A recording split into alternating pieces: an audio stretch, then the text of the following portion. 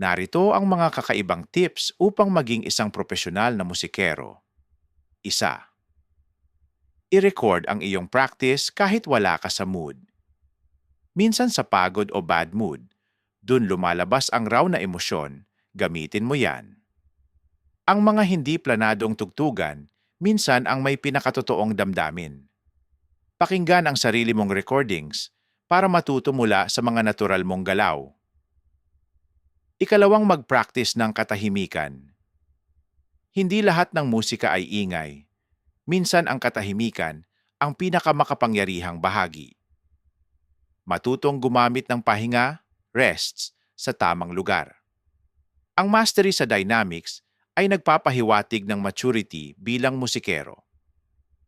Tatlong sumabak sa open mic kahit hindi ka handa. Ang tunay na galing ay nasusubok sa hindi inaasahang pagkakataon. Ang pagsabak sa impromptu performances ay nagpapalawak ng tapang at bilis ng isip sa entablado. Ikaapat na makisama sa ibang genre na malayo sa estilo mo.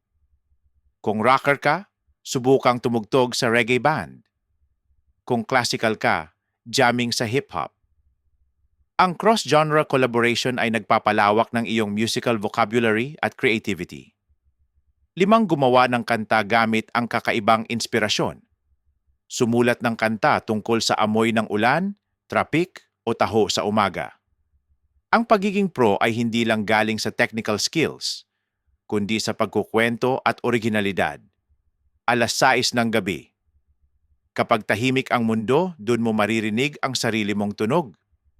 Sa ganitong oras, mas malalim ang focus at mas natural ang emosyon. Ikapito, magsanay makinig kaysa tumugtog. Bago ka maging magaling na performer, maging magaling ka munang tagapakinig. Makinig sa iba't ibang klasing musika araw-araw. Subukang intindihin ang bawat instrumento. Ikawalo, mag-journal ng musical journey mo.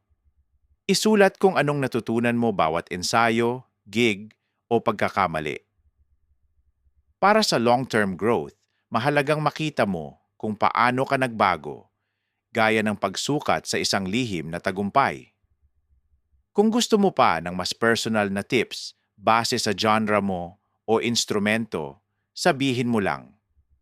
Tulungan kitang i-level up ang musical journey mo, song